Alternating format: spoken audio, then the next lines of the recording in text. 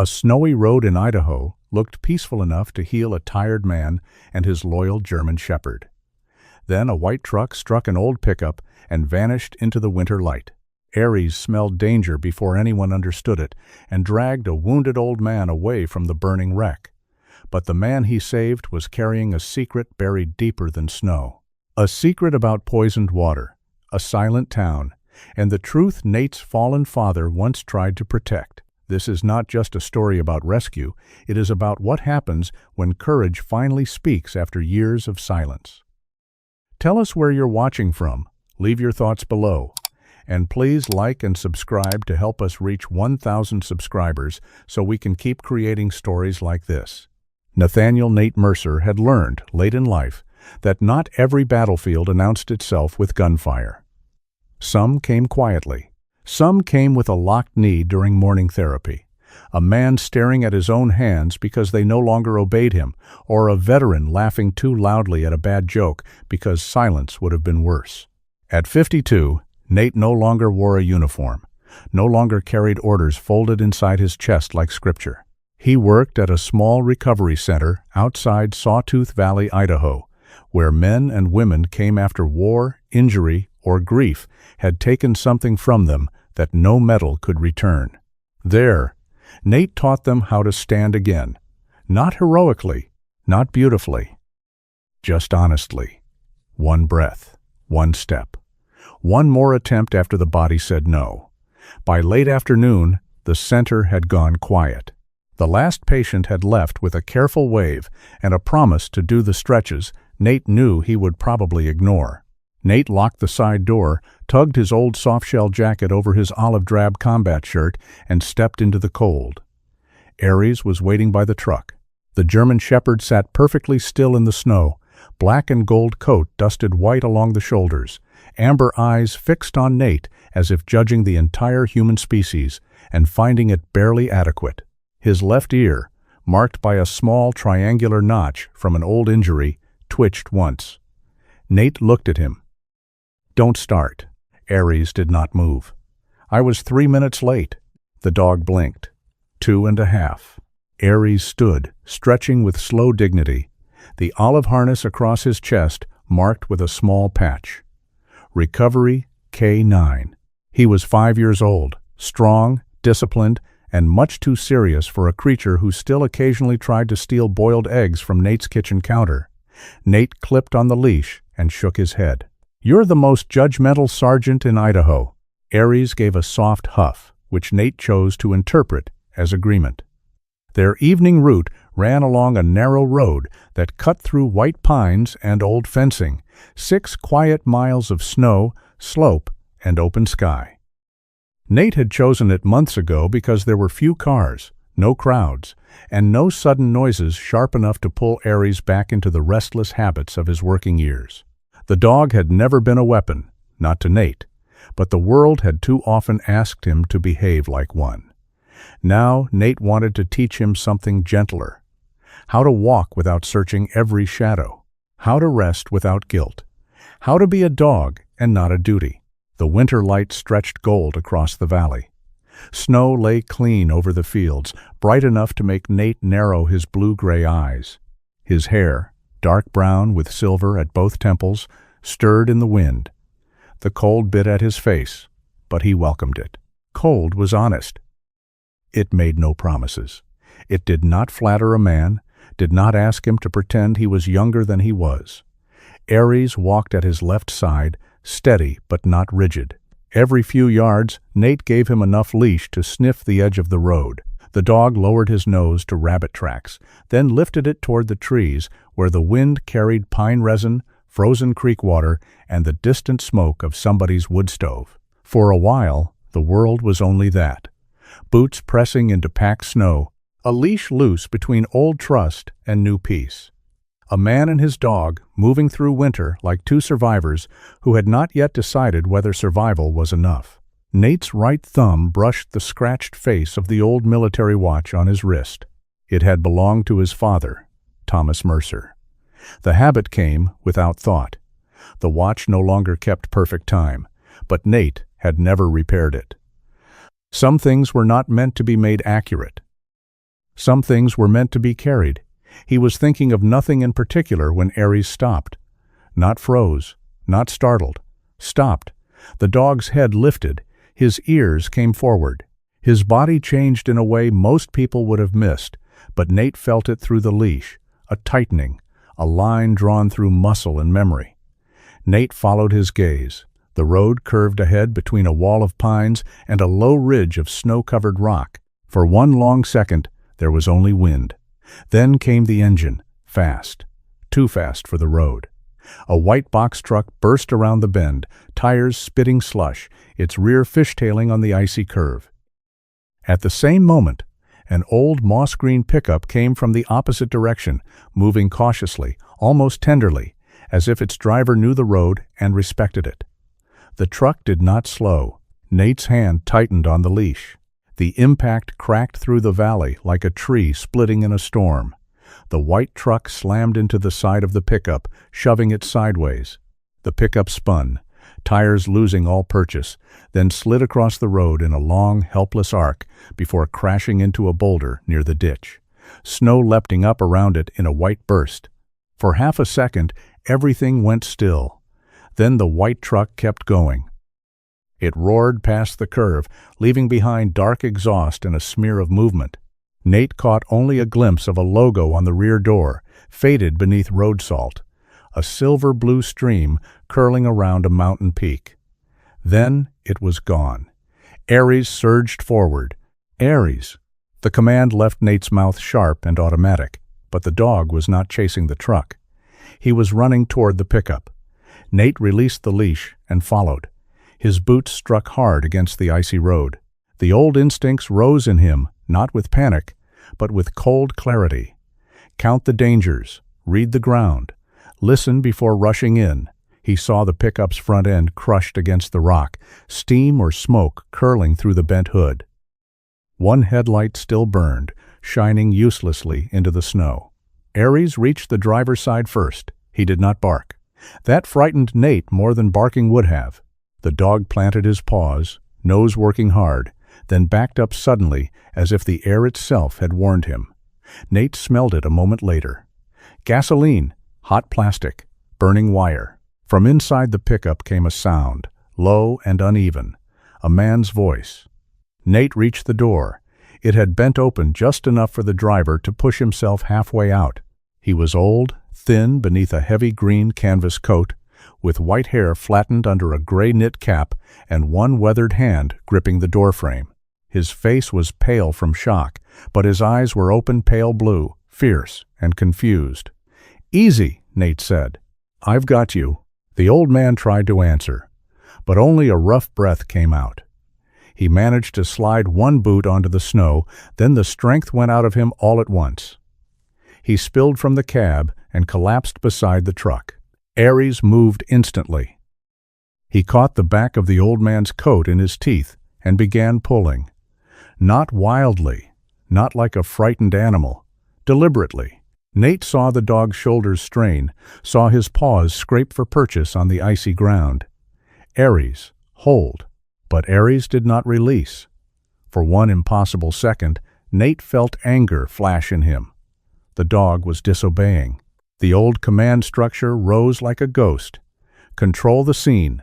Control the dog. Control the outcome. Then something snapped and sparked beneath the pickup. A small flame licked from under the hood. Nate understood. Aries had smelled it first. Not the future. Not some miracle. Just the truth arriving through a nose better than any human instinct. Nate dropped to one knee, hooked his arms under the old man's shoulders, and pulled. The man was lighter than expected, but dead weight had its own terrible honesty. Snow dragged at the coat. Nate's back tightened. His bad shoulder burned. "Come on," he muttered, though he was not sure whether he was speaking to the old man, the dog, or himself. Aries kept pulling until Nate had a better grip. Then the dog shifted to the side, still tugging at the coat, helping angle the old man away from the pickup. The flame grew. Something inside the cab popped. Nate glanced at the truck bed. Through the broken rear window, he saw a red fuel can rolling against a small metal cylinder strapped beside a crate. Oxygen. "Move," Nate said, voice low. Aries heard the change in him.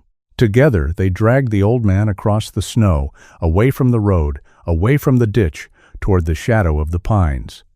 Nate's breath tore in and out of his lungs. The cold air scraped his throat.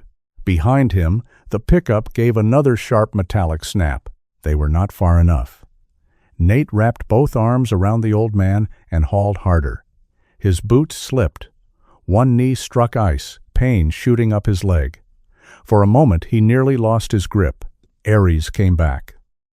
The dog seized the old man's sleeve again and pulled with a low, stubborn growl that seemed too deep for an animal and too ancient for the modern world. Nate looked at him, at the amber eyes, the snow on his muzzle, the fierce little notch in his left ear, and something in his chest twisted. This was not training anymore. This was choice. Aries did not know the old man's name. He did not know his sins, his regrets, the weight he carried, or the reason someone had driven him off a winter road. Aries only knew a living body was too close to fire, and that was enough. They reached the pines just as the pickup went up. It was not the enormous fireball of movies. It was worse in its own, smaller, uglier way. A violent burst from the truck bed, a hard boom that punched through the snowy air and sent pieces of metal clattering across the road. Heat flashed against Nate's back. Snow blew sideways. Aries yelped. Nate covered the old man with his body until the worst of it passed. Then he turned. Aries was still standing, but his back leg trembled, and a thin line of red marked the fur near his right rear shoulder where a shard had grazed him. The dog's ears remained forward. His body, hurt and shaking, placed itself between the old man and the burning truck. "No," Nate breathed. The word came out softer than he intended. He crawled to Aries and pressed a hand gently against the dog's side. "You stubborn fool!" Aries looked at him, breathing hard, as if to say someone in this partnership had to make the correct decisions. Nate pulled off his jacket and folded part of it against the wound, keeping pressure without pushing too hard. His fingers were steady, but something inside him was not. He had seen men hurt. He had carried bodies through worse places than this mountain road. But Aries was not supposed to bleed for strangers. Not anymore. Not after Nate had promised him a quieter life. The old man stirred behind him, coughing weakly. Nate reached for his phone. No signal at first. He stood, moved 3 steps uphill, raised it above his head like some ridiculous offering to the winter gods, and finally caught one bar. "This is Nathaniel Mercer," he said when emergency dispatch answered. His voice was controlled, clipped. "Vehicle collision on North Fork Road, roughly 2 miles past the old logging turnout. 1 elderly male injured, 1 dog injured. Fire involved. Hit-and-run vehicle heading south, white box truck, partial logo stream around a mountain. Send ambulance, fire, and animal emergency support if available." He listened, answered questions, then returned to the old man and Aries. The pickup burned in the road, black smoke rising into the clean Idaho sky. The smell of gasoline and scorched rubber poisoned the pine air. Around them, snow continued to fall with cruel gentleness, soft as feathers, careless as history. Nate checked the old man's breathing, shallow but present. The man's eyelids fluttered. "Stay with me," Nate said. The old man's cracked hand moved, searching. Nate took it because there was nothing else to do, with a hand reaching out from the edge of shock. The grip was weak, but urgent. "Not?" the man rasped. "Save your breath." The old man shook his head slightly. His eyes found Nate's face, then slid toward Aries, who had lowered himself beside them, but still refused to lie fully down. "Good dog," the man whispered. Aries's tail moved once in the snow. Nate almost laughed, and almost broke with it. Sirens came at last, thin and distant, then swelling through the trees. First the fire vehicle, then the ambulance. The world filled with boots, radios, questions, bright blankets, and the practiced calm of people trained to arrive after the worst moment had already happened. A paramedic with red cheeks and a silver braid tucked under her cap knelt beside the old man. "Sir, can you tell me your name?" The old man blinked slowly. "Gideon," he said. "Gideon Rusk." Nate heard the name, stored it, and kept one hand on Aries. Another responder tried to help with the dog, but Aries gave a low warning rumble. Not aggression, pain, confusion, loyalty stretched too thin. "He's with me," Nate said. "Give me the wrap." They listened. Maybe it was his tone. Maybe it was the way Aries leaned into him despite the pain. Nate dressed the wound enough to move him, then helped load the dog into the back of an emergency vehicle arranged through the nearest veterinary clinic. Aries resisted only once, turning his head toward Gideon as the paramedics lifted the old man onto a stretcher. Even hurt, the dog was still checking his work. Nate placed a hand on Aries's neck. "He's going too." Only then did Aries settle. As the ambulance doors were about to close, Gideon Rusk suddenly reached out. His fingers caught Nate's wrist. The old man's eyes were clearer now, not strong, but fiercely awake. His voice came broken, scraped raw by smoke and cold. "Don't let them call it an accident." Nate leaned closer. Gideon's grip tightened with the last of his strength. "I refuse to sign," he whispered. So they tried to make the water stay silent. Then the doors closed, the ambulance pulled away, red lights staining the snow. Nate stood in the road beside the burning remains of the pickup. One sleeve soaked from Aries's wound, his father's old watch cold against his wrist. The valley around him was bright, white, almost beautiful. Too beautiful for what had just happened. Aries gave a low whine from the other vehicle, and Nate turned toward him at once. Whatever Gideon Rusk meant, whatever had followed him onto that road, it could wait. For now, there was only the dog who had saved a stranger. The man who had not been fast enough to stop him from getting hurt, and the smell of gasoline still hanging in the winter air like a warning no snow could bury. Ketchum Memorial Clinic did not feel like a place where secrets belonged. It was too clean for that. Its hallways smelled of antiseptic, old coffee, and wool coats drying near the entrance. Outside, snow gathered on the windowsills in soft white layers, bright under the morning sun. Inside, fluorescent lights hummed over polished floors. Nurses moved with practiced quiet, and every door seemed to close gently, as if the building itself had learned not to startle the wounded. Nate Mercer sat in the veterinary wing at the far end of the clinic, elbows on his knees, hands clasped until his knuckles paled. Aries lay on a padded examination mat in front of him. The German Shepherd had been sedated while Dr. Lillian Ford cleaned and stitched the wound near his right rear shoulder. Now he was awake, though not fully himself. His amber eyes opened and closed slowly, fighting the pull of medication. A white bandage wrapped around the injured area, stark against his black and gold coat.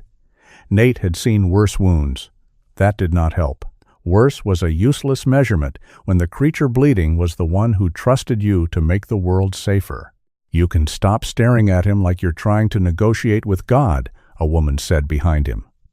Nate turned. Dr. Lillian Ford stood in the doorway with a clipboard tucked against her side.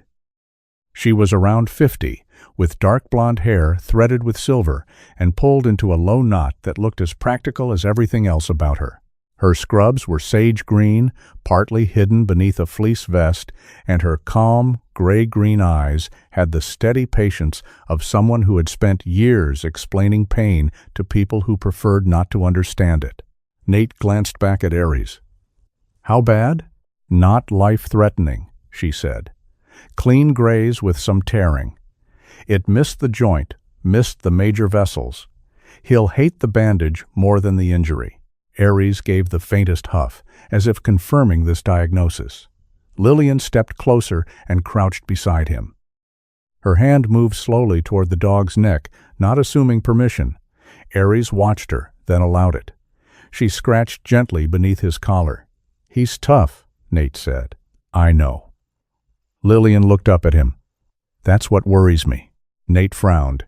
She rose, her expression not unkind, but unwilling to soften the truth. Dogs like Aries don't always tell you when they're done. Training can make them brave. Love can make them braver. But pain still collects its debt.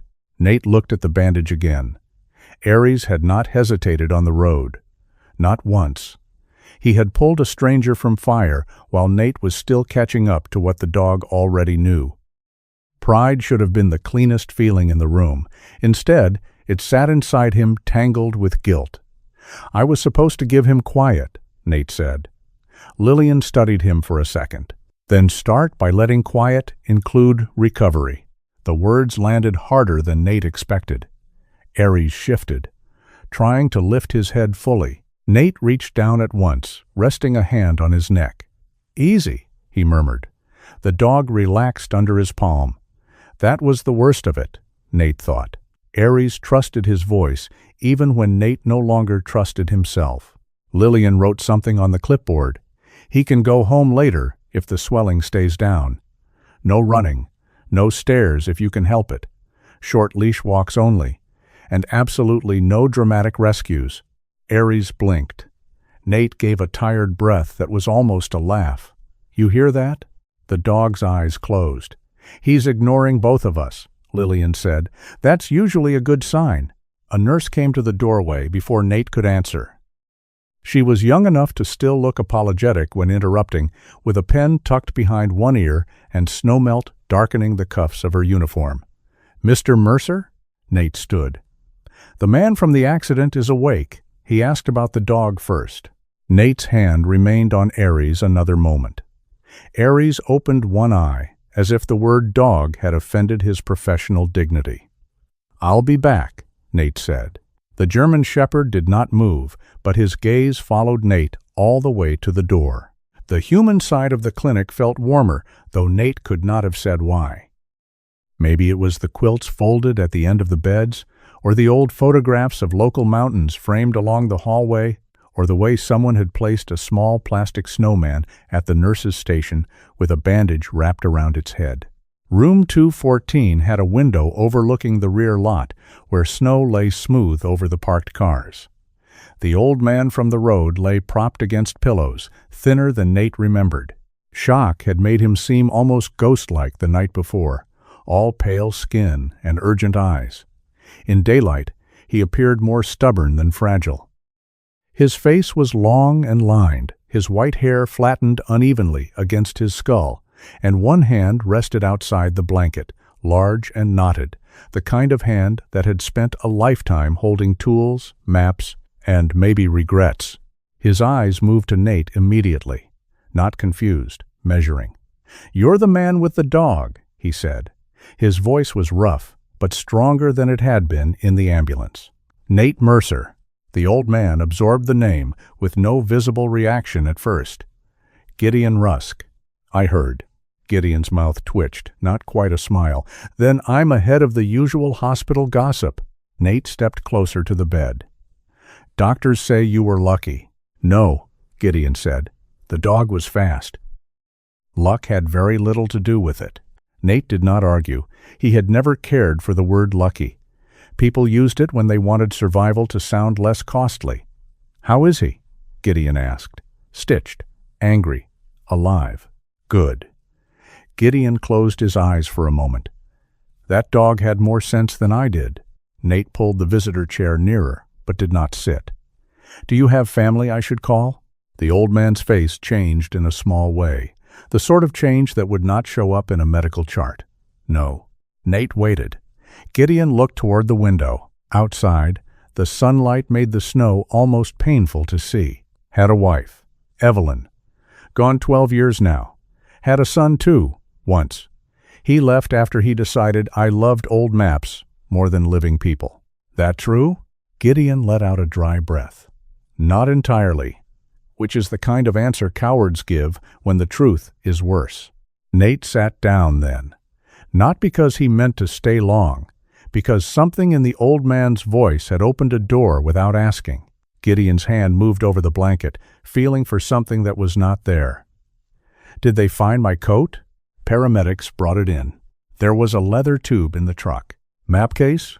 Gideon turned back sharply. You saw it? No. But men like you don't carry leather tubes for fishing rods. For the first time, Gideon gave an actual smile. It was small, crooked, and gone quickly. Maybe I misjudged you. You said last night they'd call it an accident. Gideon's smile vanished. The room seemed to shrink around the question. A cart rattled somewhere in the hall. A nurse laughed softly 2 doors down. The clinic continued being ordinary, with almost offensive dedication. Gideon stared at his own hand, because that's what they need it to be. Who? Silver Vein Retreats. Nate had heard the name. Everyone in Sawtooth Valley had. The company had been buying land, sponsoring winter festivals, putting glossy posters in diner windows, hot springs, healing cabins. Clean mountain water poured into expensive glass bottles for people who like their peace with a brand label. Gideon's jaw tightened. They want to build over the old North Fork mineral line.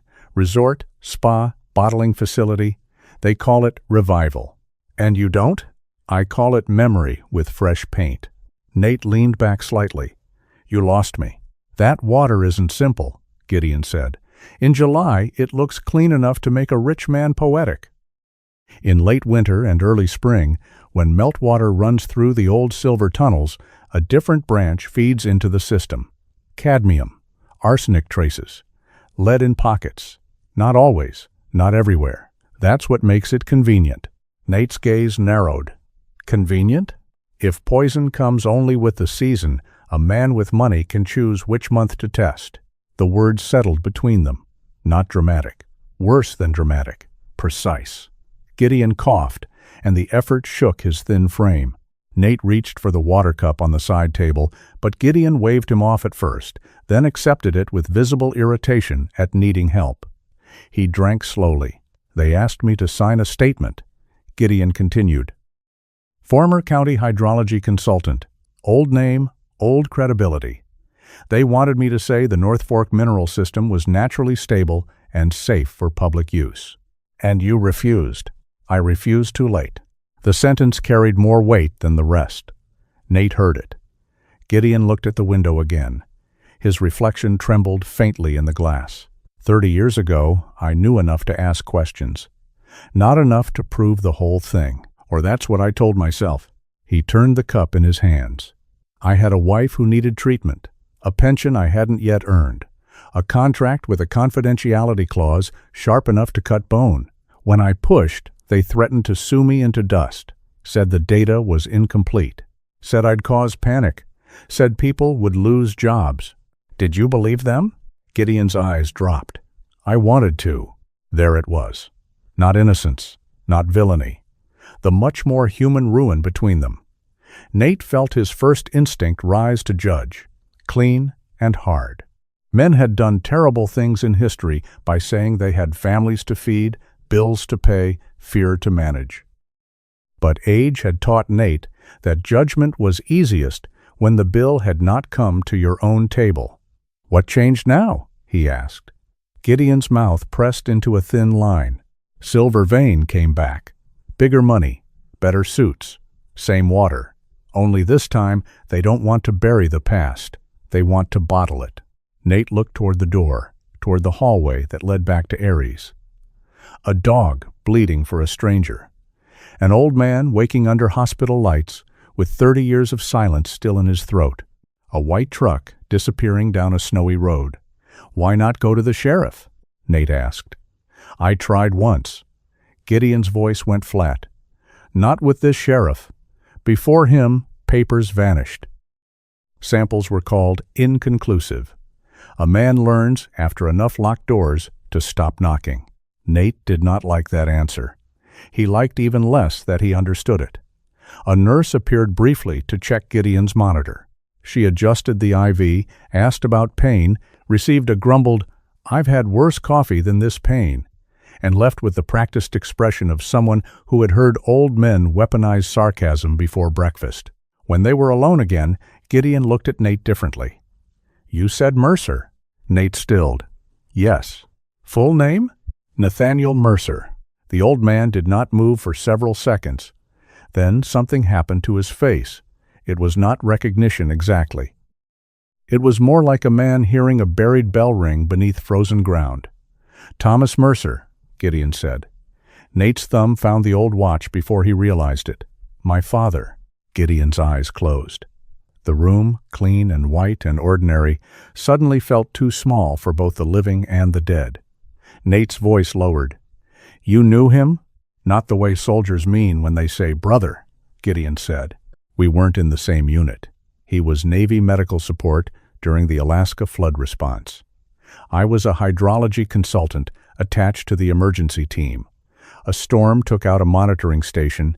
Roof came down. Water rose fast. He opened his eyes again. They shone now, though he fought it with the stubborn dignity of an old mule before a parade. Your father held a beam off my leg long enough for the rescue crew to pull me clear. Then he yelled at me for trying to save my field notebooks before saving myself. That sounded enough like Thomas Mercer to hurt." Nate had been 26 when his father died in what the official report called a training accident. The words had always felt too smooth, too sealed. His mother had kept the folded flag in a cedar box and never spoke badly of the Navy, but Nate remembered the way she looked at the phone for months afterward, as if waiting for it to apologize. "What does he have to do with sawtooth water?" Nate asked. Gideon's hand trembled around the cup. "After Alaska, we stayed in touch for a while. Not often. Letters. A few calls. Years later, he sent me notes. Questions about sampling reports near North Fork.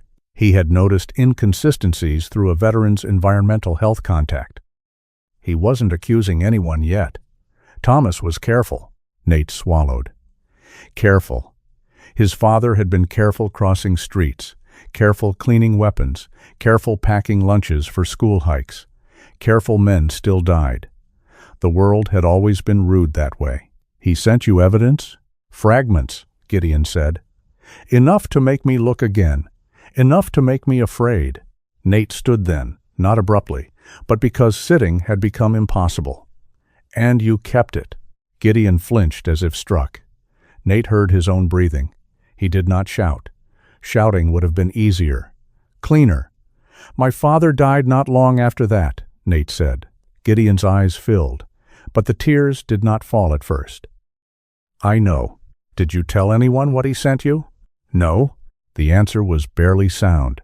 Nate looked at the old man in the bed, at the bruises blooming beneath paper-thin skin, at the face of someone already punished by time and still not punished enough by memory. A knock came before Nate could speak. Lillian stood in the doorway with Aries beside her. The German shepherd moved slowly, bandaged, shoulder-stiff, but his head was up. Lillian held his leash short, her expression making it clear this visit was against her better judgment and probably against medical advice. "He refused to settle," she said. "And before you ask, yes, I am blaming both of you." Nate tried to respond, but the words did not come. Aries stepped into the room. The air changed. Gideon stared at the dog, as if seeing not an animal, not a rescuer, but the only creature in the room who had no use for excuses. Aries approached the bed carefully. He did not jump, did not whine. He simply placed his head against the edge of Gideon's blanket. The old man's hand rose, shaking. He touched the dog's fur. Aries closed his eyes. That was what broke Gideon. Not Nate's anger, not the memory of Thomas, not the truck or the fire or the years. It was the quiet mercy of a wounded dog who had every reason to stay away from human trouble and chose not to. Tears slid down Gideon's lined face. He did not sob. He seemed too old for that kind of storm. He wept like a cracked pipe, finally admitting water. "I didn't recognize you at first," he said to Nate, though his hand remained on Aries. "When the nurse said Mercer, I thought God had developed a cruel sense of humor." Nate said nothing. "Your father didn't die because of this water," Gideon whispered. "I won't put that lie on him, but he tried to stop people from dying because of it. He tried before I found the courage to stand beside him." His fingers curled lightly in Aries' coat. "And I have been silent too long." Nate looked at Aries. The dog was tired, hurt, still standing. The old anger in Nate did not leave. It simply found itself sharing space with something more complicated. A man could be guilty and still worth saving. A dog seemed to understand that before either of them did. Outside the window, snow slid from the roof in a soft white sheet, falling past the glass without a sound. Inside, Gideon Rusk kept one trembling hand on Aries and one on the past he could no longer hold shut. Nate touched the scratched watch on his wrist. For the first time in years, the broken time it kept felt less like an heirloom and more like a question. By noon the next day, the accident had already become simple. That was how small towns survived uncomfortable things. They took the jagged parts, sanded them down, gave them a name people could repeat without choking on it, and placed it neatly beside the weather report. Icy road, bad curve, driver panic, hit and run, arrest made. The man behind the wheel of the white box truck was Dale Pritchard, a freelance driver with a narrow face, nervous hands, and a history of unpaid debts that followed him like burrs on a coat. Sheriff Owen Carver's office found him before sunrise, hiding in a rented room behind a closed bait shop south of town. Dale confessed to losing control on the curve, striking Gideon Rusk's truck, and fleeing because he was scared. It was ugly. It was stupid. It was believable enough. That was the part Nate hated. He stood on North Fork Road, boots planted in the same place where the snow had been blackened by fire. The pickup had been hauled away, but the road still remembered. Burn marks stained the shoulder. Broken glass glittered in the snow like cold stars. A faint chemical bite lingered beneath the scent of pine, though the wind kept trying to scrub it clean. Aries sat beside him on a short leash, bandaged shoulder wrapped beneath his olive harness. "Doctor?" Lillian Ford had given Nate strict instructions. No running, no rough ground, no heroic nonsense. Nate had agreed to all of it. Aries had agreed to none of it. The German Shepherd's amber eyes tracked every sound. A crow in the trees, a distant engine, the scrape of Nate's boot when he crouched near a tire mark half buried in slush. "Easy," Nate said. Aries did not move, but his ears tipped forward. Nate studied the road. The impact mark was wrong. Not wildly wrong, not enough to make a deputy point and swear, but wrong in the quiet way that mattered. The white truck had not simply slid helplessly. Its path had corrected before the collision, a small adjustment that looked less like panic and more like aim. He took a photo with his phone, then another. He was not an investigator, not officially, but old habits were old gods. They did not vanish just because a man stopped praying to them. Observe first, decide later. Never let the first story be the only story. Behind him, a vehicle slowed. Not a patrol SUV. A dark Subaru with Oregon plates rolled to a stop near the turnout. The driver stepped out with a camera already hanging from one hand and a leather crossbody bag at her hip. She was in her mid-40s, compact and sharp-eyed, wearing a navy parka, black field pants, and boots that had seen more real ground than office carpet. Her brown hair was cut short and tucked behind one ear. She looked at Nate, then at the burn mark, then at Aries. "Well," she said, "that dog has better posture than most witnesses." Nate straightened. "You are?" Mara Ellison, insurance investigator. She lifted an ID case, held it long enough to be useful, then slipped it away. "Gideon Rusk's carrier sent me. They're nervous." "About the crash?" "About money. Crashes are just how money gets dramatic." Aries watched her without blinking. Mara glanced down. "Does he bite?" "Only poor questions." "Then I'll try to stay employed." Nate did not smile, but something in his face shifted close enough. Mara walked the road without asking permission. That alone told Nate she was either very good or very tired of men explaining tire marks to her. She photographed the curve, the shoulder, the gouged snow near the rock. Then she crouched by the darker patch where the pickup had burned, her eyes narrowing. "Fire got hot fast," she said. "There was oxygen in the truck." "Fuel can too." "I know." She snapped a photo. "That explains the burst. Doesn't explain why the wiring near the tank failed before the flames reached it. Nate looked at her. Mara did not look back. I haven't examined the vehicle yet. That's a suspicion, not a conclusion. Conclusions are expensive. Suspicions are free. You think Gideon staged it? I think Gideon's policy was adjusted 3 months ago by a broker he claims he never met. Mara stood. That makes my employers wonder if an old man decided to turn a truck into retirement money. He nearly died. People have done dumber things for less. Her gaze moved to Aries' bandage. But dogs don't usually volunteer to bleed for insurance fraud. The line was dry, almost careless. Yet Nate heard the shift beneath it. She was not convinced Gideon was innocent, but she was no longer comfortable calling him guilty. Aries rose suddenly, weight shifting forward. Nate's hand tightened on the leash. No. The dog had caught a scent near the ditch, nose angled toward a shallow depression where the snow had been disturbed. His body trembled with the effort of obedience. Not fear, not excitement. Duty trying to climb over pain. Nate knelt beside him. For a moment he saw again the road, the fire, Aries pulling Gideon by the coat while Nate was still a heartbeat behind. Pride and guilt touched the same nerve. You don't have to solve this, Nate said quietly. Aries' ears flicked. Mara watched them, her camera lowered now. Nate kept his voice low. Not today. The dog resisted one breath longer. Then, slowly, he sat. It was a small surrender. To anyone else, nothing. To Nate, it felt like a door opening in a house he had thought was sealed. Mara's expression softened by 1/2 inch, which on her face was nearly a confession. That looked hard. For him? For both of you. Nate stood.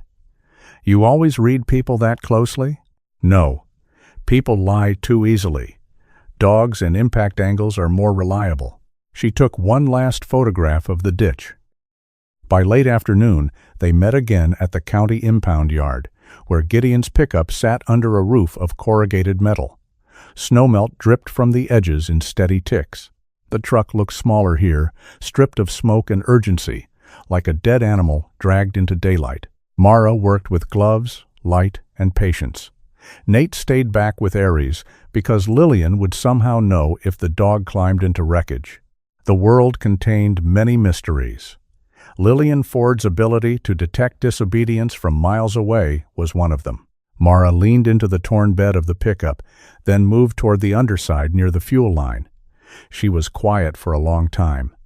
Nate waited. Finally, she slid out, wiped one glove on a rag, and looked at him. There's scoring on the wire casing near the auxiliary line. Could be heat damage. Could be tool damage. Could be? Could be is where cases go to die if you say it too early. She pointed with the flashlight. But if someone wanted a fire to start fast after impact, they could make sure the electrical system helped. Nate's jaw tightened. Mara saw it. Don't do that. Do what? Turn into a man who thinks anger is a search warrant. Before Nate could answer, a sheriff's SUV pulled into the yard. Sheriff Owen Carver stepped out slowly, not because he was weak, but because he had learned that arriving too fast made people expect too much. He was broad-shouldered, around 54, with weather-reddened skin and gray at the edges of his light brown hair. His tangent and brown uniform sat on him like a familiar burden. He removed his hat when he approached, then turned it once in his hands. Nate, he said. Owen. Mara looked between them. You two know each other. Small Valley, Owen said. You know everyone twice. His eyes moved to Aries. Heard he got hurt. He'll heal. That's good. The sheriff looked at the pickup, and the worry in his face deepened. Not surprise. Worry, Mara noticed. You've seen the report? I signed the preliminary. Owen's voice was measured. Road was icy. Dale Pritchard confessed. We have a frightened driver, a bad curve, and an injured old man who's been fighting half the county over water maps for years. Nate's eyes narrowed. That's the story you're going with? That's the story I can prove today. Mara stepped in before Nate's silence turned sharp. Sheriff, if the wiring was tampered with, this becomes more than a road incident. If? Owen said. Useful word, Mara replied. Dangerous one, too. Owen gave her a tired look. Miss Ellison, Silver Vein has lawyers who use words like garden tools. If I accuse them without enough behind it, they'll bury this office before lunch. And if you don't? For the first time, Owen's face hardened. Then maybe this town keeps breathing long enough to see spring. There it was, not corruption, not cowardice, but fear wearing a badge. Nate understood fear. He respected it less when it dressed itself as patience. Silver Vein promised jobs, Owen said, quieter now. Road repair, winter tourism, a tax base that might keep the school building from getting sold to a storage company. People here are tired, Nate. No one's asking them not to be tired. No, you're asking them to risk the one thing that's made them hopeful.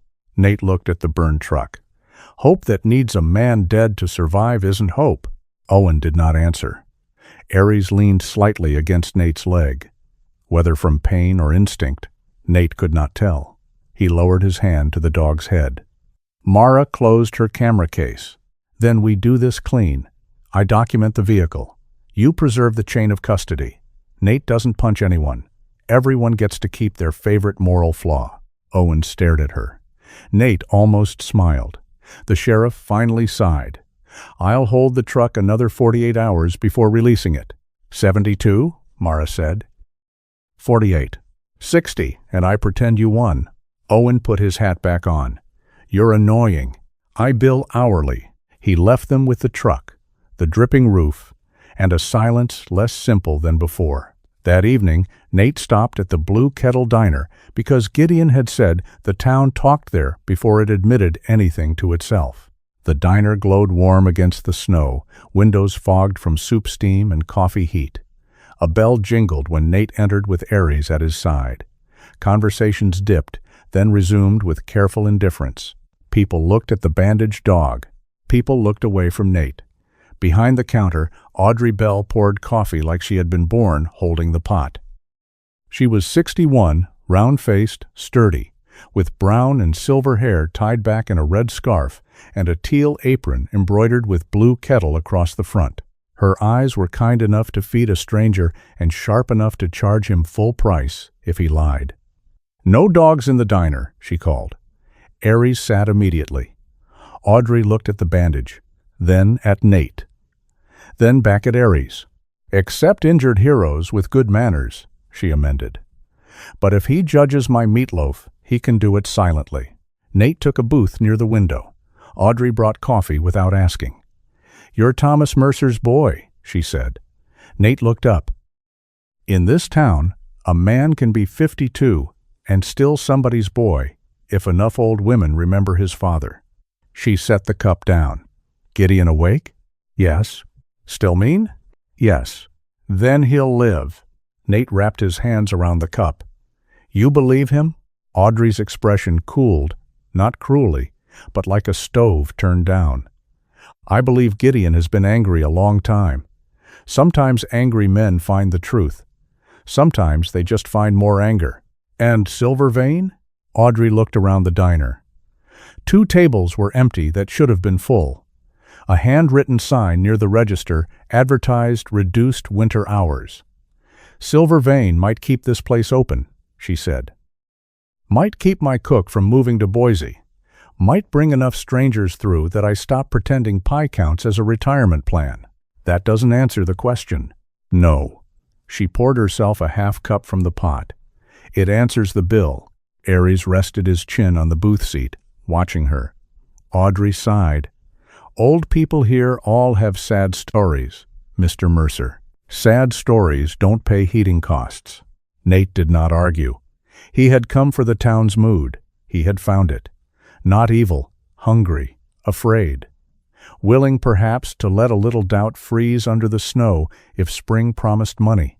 When Nate returned to the clinic later, Gideon was sitting up with a blanket around his shoulders, looking less like a patient and more like an old scarecrow that had survived a storm out of spite. Mara was there too, flipping through photos on her camera. Lillian stood near the door with her arms folded, her gaze moving immediately to Aries's bandage. He walked less than half a mile total, Nate said before she could speak. Lillian's eyes narrowed.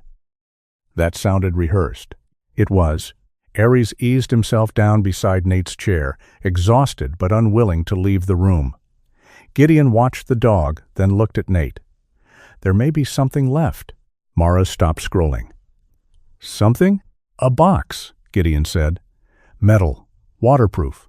I hid it at the North Fork monitoring station years ago, after Thomas sent his notes. Nate went still. What's in it? Original sample maps. Field logs. Maybe the cassette, if the damp didn't get it. Later, I added scanned copies on an old drive. Gideon rubbed his thumb over a dark ink stain that seemed permanently set into his skin. I meant to move it. Then I meant to destroy it. Then I meant to be braver tomorrow. Mara lowered the camera. Does Silver Vein know about the station? They know the building exists. They may not know where I hid the box. Nate stood. We go now. No, Lillian said. The word cracked across the room with more authority than volume. Nate turned. She pointed at Aries. He is not going up a mountain trail tonight. I didn't say he was. Aries lifted his head, offended by the possibility of exclusion. Lillian looked at the dog, then at Nate. He still thinks every room is a battlefield. Don't reward that. The room quieted. Nate looked down at Aries. The shepherd's amber eyes were fixed on him, waiting for purpose, command, permission. Not rest, never rest. And Nate heard Lillian's earlier warning return in a different shape. Pain still collects its debt. Slowly, Nate sat back down. Tomorrow, he said. Aries lowered his head, but his eyes remained open. Mara studied Nate as if revising him in her private notes. Good, because I may have something by then. She turned the camera screen toward them. A grainy traffic image filled the display. The white box truck sat behind a building Nate recognized from the edge of town, the temporary office of Silver Vein Retreats. The timestamp was from the day before the crash. Beside the truck stood a tall man in a black coat. One hand rested on a silver cane. Gideon's face lost color. No one spoke for several seconds. Then the old man whispered, as if naming a winter that had finally reached the door. Silas Voss. Silas Voss did not look like the kind of man who needed to raise his voice. That was what made him dangerous. Nate had seen the traffic image half a dozen times by morning. The photograph was grainy, the angle poor, the timestamp smeared by digital noise, but the figure beside the white box truck remained unmistakable. A tall man in a black coat, one hand resting on a silver cane, stillness so deliberate it almost looked staged. Gideon had said the name like a man naming a debt collector at the door. Silas Voss. Mara found what she could before sunrise. Not much, but enough to give the name weight. Director of Development for Silver Vein Retreats. Born outside Sawtooth Valley, left when the old silver economy collapsed, returned decades later with investors, clean branding, and a language polished enough to make purchase agreements sound like salvation. He had donated to the Winter Festival, promised jobs, paid for a new roof on the community hall, spoken at the Blue Kettle Diner once, according to Audrey Bell, and left a tip large enough that half the town decided he had manners. Men with money often discover manners when witnesses are present, Mara said, closing her laptop at the small table in the clinic's visitor room. Gideon sat across from her, a blanket around his shoulders, his face thinner under the morning light. He had not slept well. No one had. Snow shone beyond the window, bright enough to turn the glass into a pale mirror. He thinks he's saving the valley, Gideon muttered. Nate stood near the wall, Aries sitting at his side on the short leash. The dog's bandage was clean, but his body held a restrained impatience that Nate felt through the leather. Does he believe that? Nate asked. Gideon's mouth twisted. The worst ones usually believe the pretty parts. Mara tapped the folder in front of her. If we want anything that can stand beyond a diner argument, we need what you hid. Gideon looked down at his hands. The knuckles were swollen, the skin thin and freckled with age. A dark ink stain marked one thumb, as if some old map had branded him and refused to fade. "The North Fork Station," he said. "If the roof hasn't caved in, if animals haven't nested in it, if men haven't already found it." "Draw it again," Mara said. "I drew it twice." "Then draw it once for people who don't think like guilty hydrologists." That earned a dry sound from Gideon, almost a laugh. He took the pencil and sketched with surprising steadiness. The main road, a closed logging gate, a white pine split by lightning, a footbridge over a frozen creek, then a rectangle tucked above a slope. "The station sits behind a stand of lodgepole pine," he said. "There's a concrete platform out back. Under that, an old drainage access. It will be buried now." Nate looked at the map. "You're not coming." "I know that." The answer came too quickly, too obediently. Nate looked up. Gideon's eyes did not meet his. Lillian Ford entered then, carrying a small canvas medical bag and an expression that suggested she had already lost an argument with herself. She crouched beside Aries, checked the bandage, then looked at Nate. "He can walk," she said. "He cannot run. He cannot climb over fallen timber. He cannot decide he is personally responsible for the moral condition of Idaho." Aries's ears twitched. Mara glanced at him. "That last one may be hereditary." Nate did not smile. "I'll keep him slow. You'll stop if he favors the leg." "Yes?" "You'll carry him back if you have to." Nate looked at Aries, who looked insulted by the very concept. "I'll carry him back," Nate said.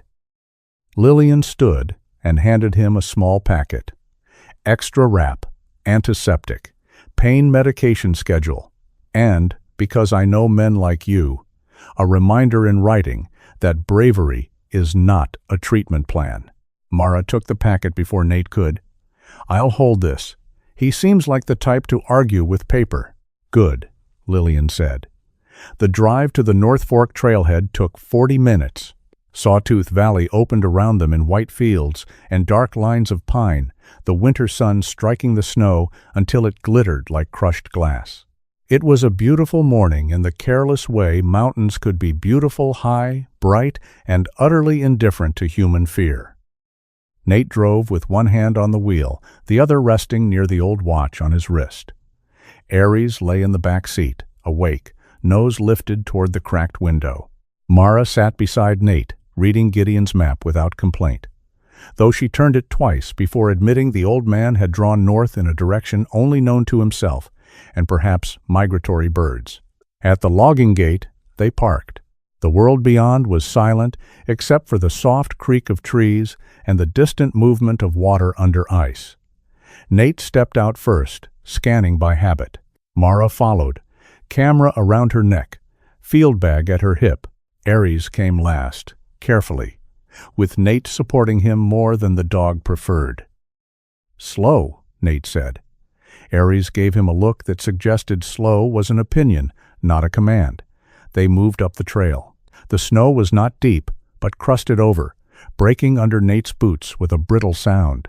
Mara walked behind him, stopping often to photograph boot prints, broken branches, scraped bark, anything that might prove someone had come this way recently.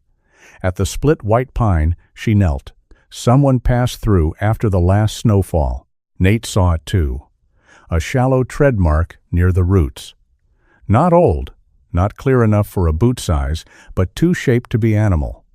"How many?" he asked. "More than one. Less than a parade." She stood. "I specialize in precision." They continued. The footbridge over the creek was narrow and filmed with ice. Beneath it, dark water moved under a skin of white, murmuring like a secret told through teeth. Nate crossed first, testing each board. Then Mara. Then Aries, who paused halfway and looked down through the gaps. For a moment, the dog did not move. Nate crouched. "You're all right." Aries breathed in through his nose, slow and deep. Not fear. Something in the water. Mineral. Cold metal. Old rot. Then he crossed. Nate did not rush him. That was new.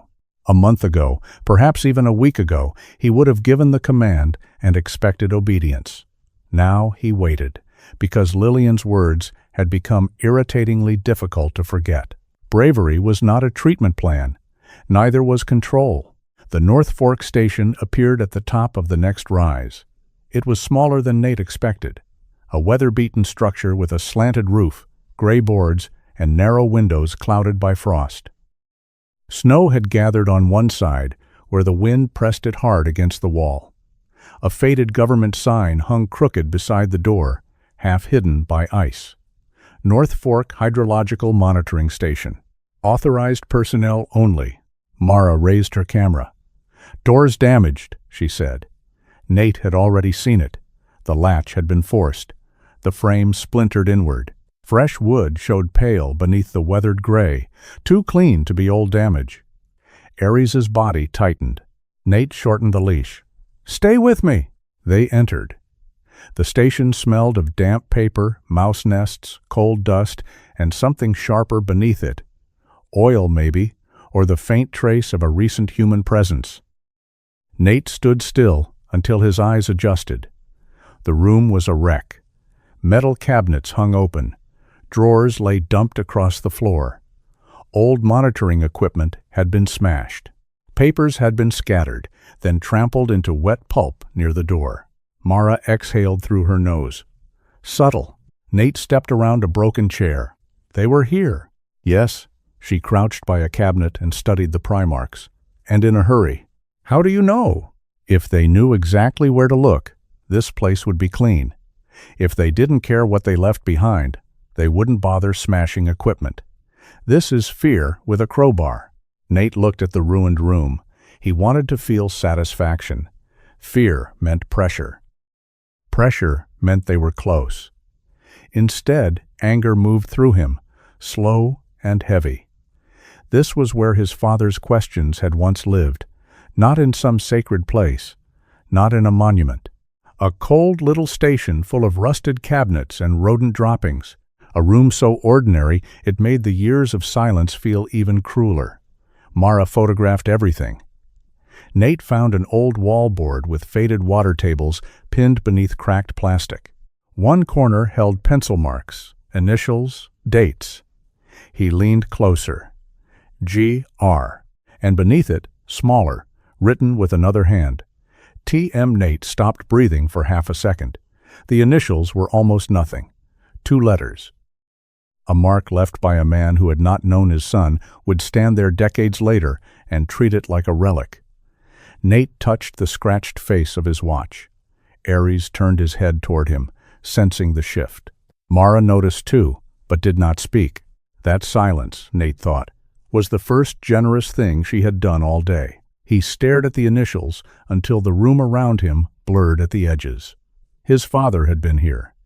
Not as memory shaped by family stories, not as a folded flag, not as a voice in old answering machine tapes. Here.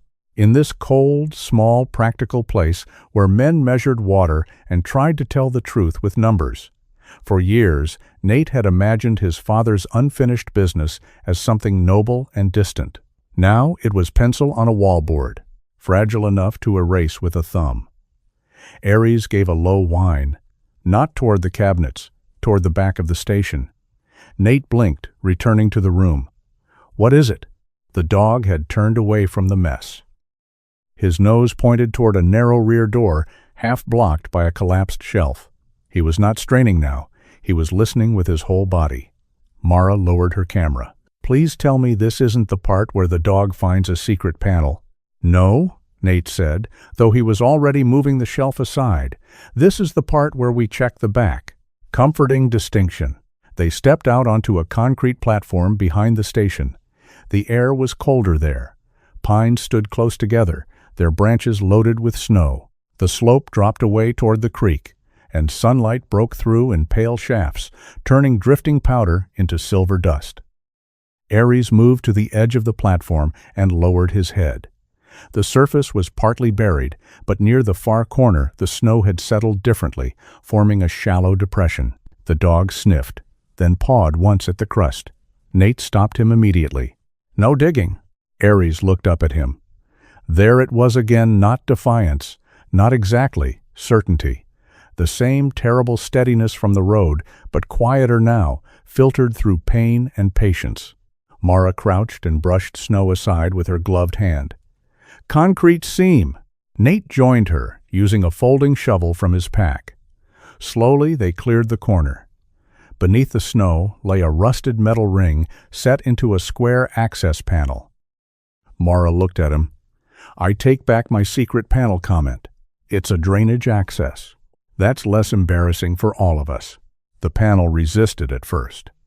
Ice had sealed the edges, and Nate had to chip around it with a tool from the pack. He worked carefully, aware of Aries watching, aware of the dog wanting to help, aware of his own instinct to force the thing open just to be done waiting. Finally, the ring shifted. Together, Nate and Mara lifted the panel. Cold, damp air breathed up from below. A narrow ladder descended into darkness. Mara shone her flashlight down. I hate old infrastructure. Stay up here. Adorable. Mara, Nate. They stared at each other for 2 seconds. Then she handed him a smaller flashlight. You go first. If you fall, I'll write an accurate report.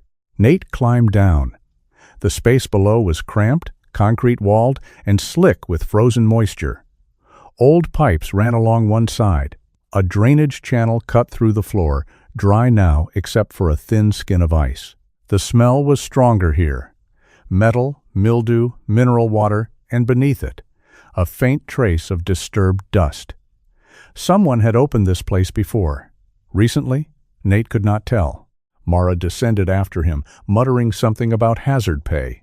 Aries remained above, visible through the opening, ears forward. Stay, Nate said. This time the dog obeyed, though it cost him. They searched with slow beams of light. At first there was nothing but pipe, stone, and old brackets rusted into the wall.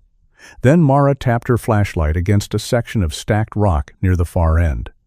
These stones are too neat. Nate crouched beside her. Behind 3 flat rocks sat a metal box, dark green, sealed with old waterproof tape. It was heavier than it looked. Nate pulled it free and carried it beneath the ladder where the light from above fell over it like a pale blessing. For a moment, neither of them opened it. Mara's voice softened. This is either very important or deeply disappointing. Nate cut the tape.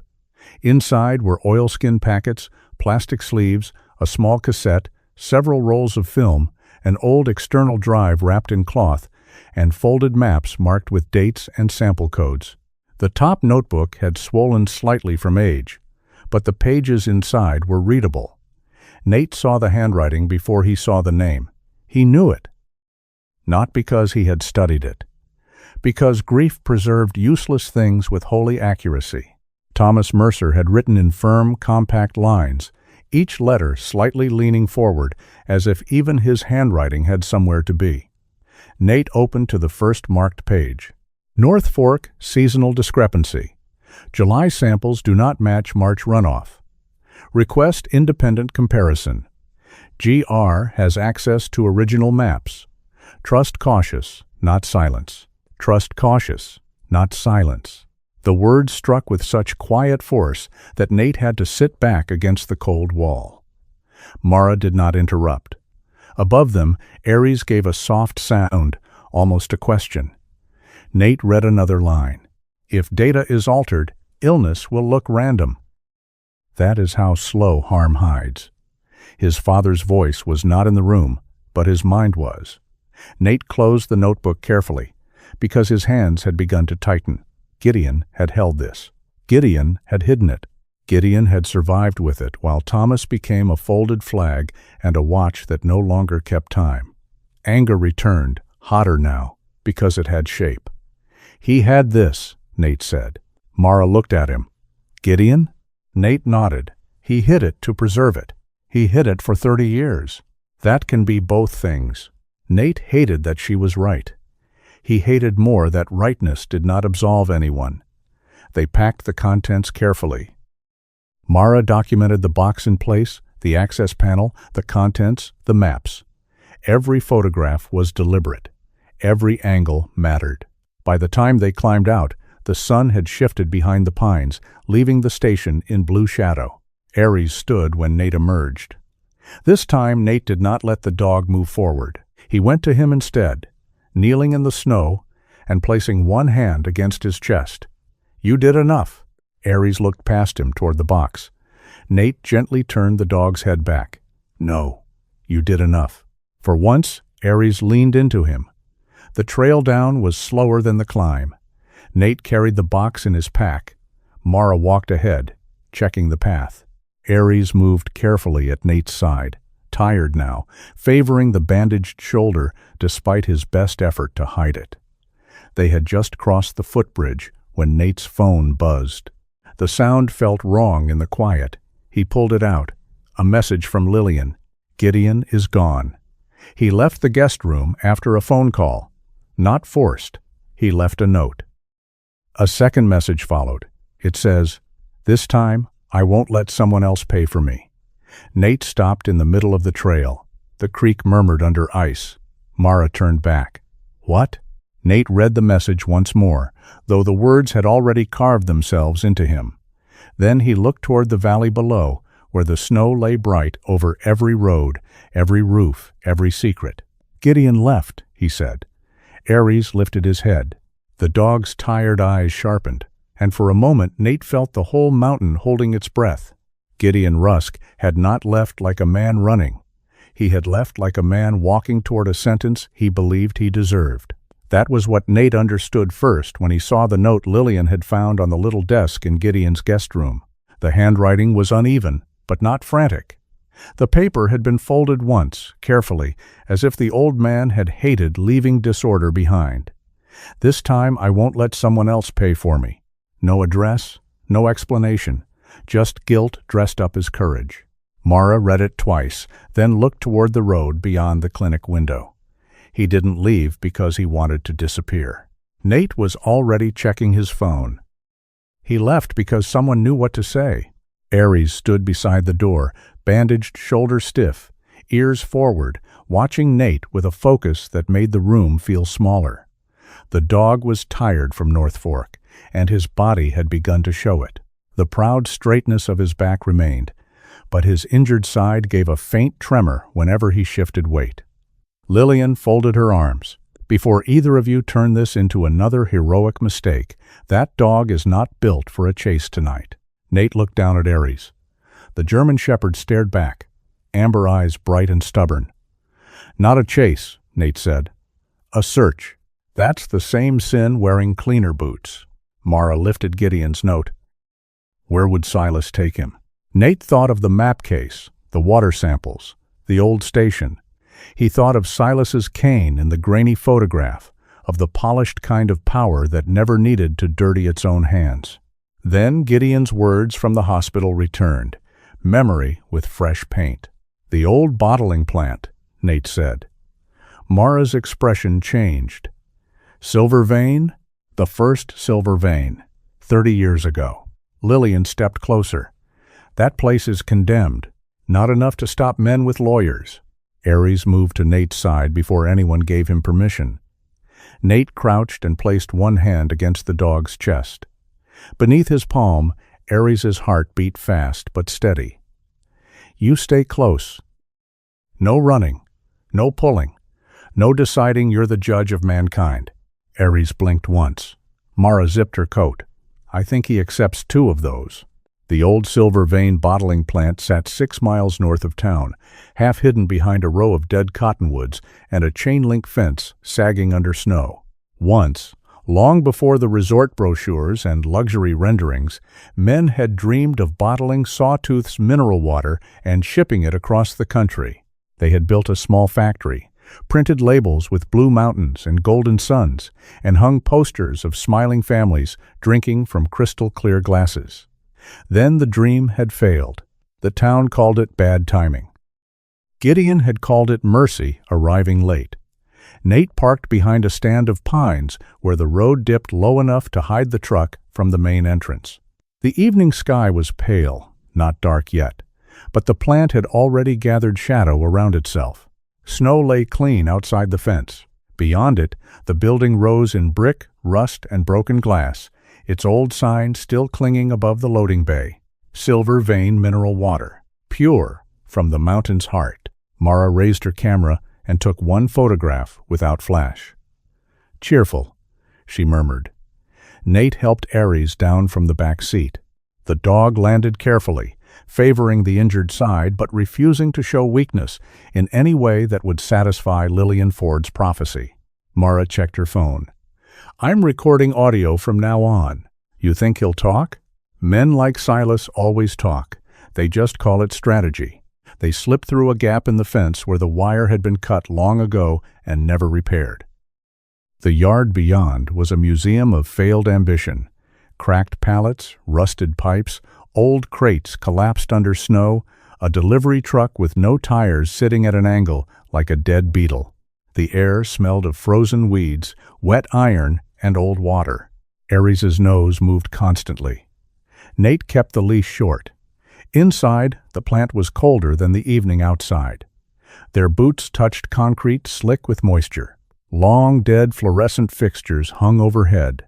Conveyor belts ran through the main floor, stiff and rusted, still lined with dusty glass bottles that had never held anything but promise.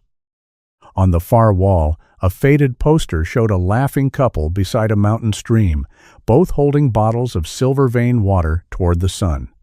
The man in the poster looked so happy he seemed guilty. Mara's flashlight passed over the slogan beneath it. "Drink what the earth remembers." "Well," she said softly, "that aged badly." Aries stopped. Nate stopped with him. Voices carried from deeper inside the plant, low but clear enough to follow through the hollow metal ribs of the building. Gideon's voice came first, thin but stubborn. "I came. Now leave them out of it." Then another voice answered, smooth as oil poured over stone. "Gideon, you always make sacrifice sound nobler than negotiation." Silas Voss stood in the old manager's office above the bottling floor, visible through a cracked interior window. He wore a charcoal overcoat and black gloves, silver cane resting against the desk beside him. His hair was combed neatly back, untouched by the weather, and even in that ruined place, he seemed less like a trespasser than a man inspecting property already bought in his mind. Gideon stood opposite him, one hand gripping the edge of a chair. He looked exhausted. His coat hung loose on his shoulders. The old man should have been in bed under Lillian's watchful suspicion, not standing in a dead factory with a predator who smiled like a donor. Nate took one step forward. Mara caught his sleeve. Her phone was already recording from inside her coat pocket. "Listen," she whispered. Nate's body hated the command. His mind knew she was right.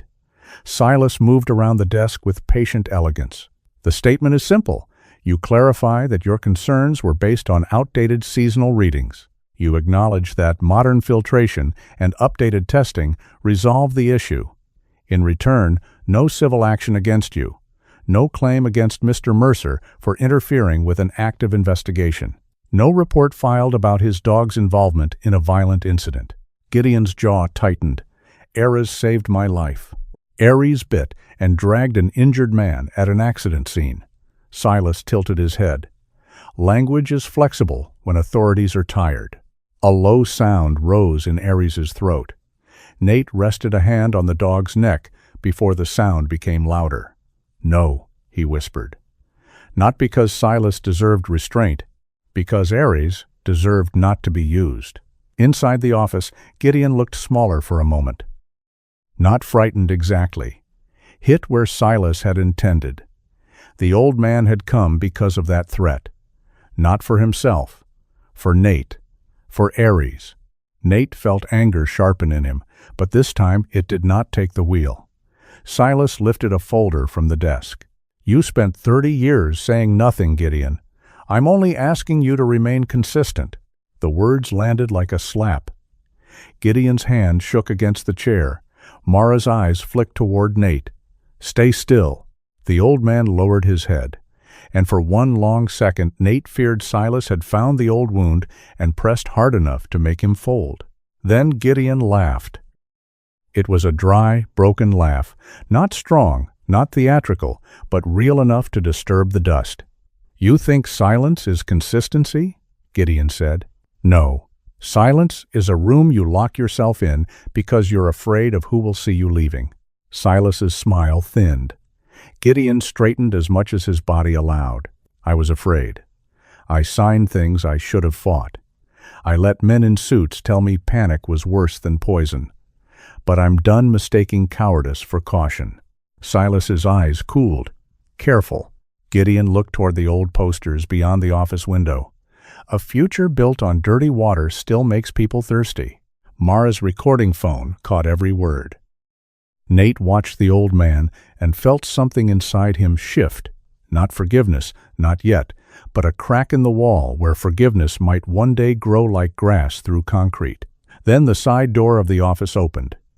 2 men entered from the storage hall. They were not armed, not openly, but they had the square shoulders and empty expressions of men paid to create fear without leaving fingerprints. One was heavyset with a shaved head, the other younger, narrow-eyed, wearing a silver-veined maintenance jacket. Silas did not look at them. "Mr. Rusk has documents that do not belong to him." Gideon clutched the canvas satchel at his side. Nate moved. Mara did not stop him this time. The office door slammed open with enough force to crack the plaster beside it.